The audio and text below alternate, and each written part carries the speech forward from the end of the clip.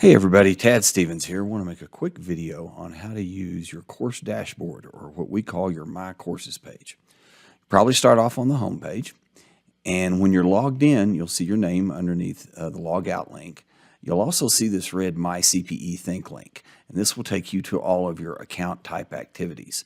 You can click on My Courses, or you can just click on My Cpethink, and it will take you directly to your My Courses page. Okay, this is made up of several components. You see that message right there. I'll get to explaining what that is shortly.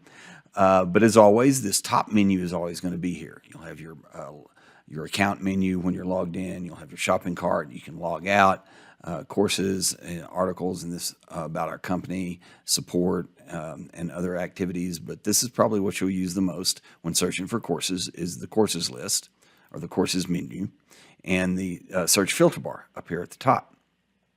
Now, My Courses is divided into basically two different types of lists.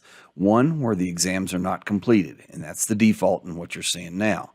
Another one is exams that have been completed.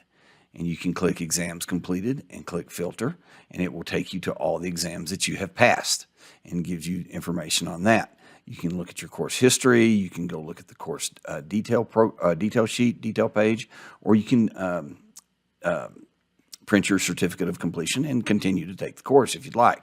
And I'll have individual videos because these are a little bit more entailed. But the other drop down here is all exams, and this will list exams that you have completed as well as exams that you have not completed. You can also, if you're filtering, if you're looking for, say, a specific course on cryptocurrency, you could put in cryptocurrency here in the filter courses, select which list you want, and then click filter, and it would list just that course.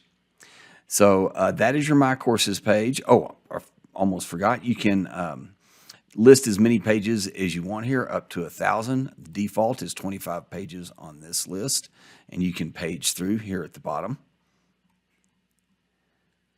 And you can also go to recent pages from here, pages that you've been to. It's like hitting your back button on your browser several times. And we also have a video here, which is going to be this video on how to use this page. Any questions, just click the support bubble down here at the lower right, chat if we're online, email either way, and we'll talk to you. Thanks a lot.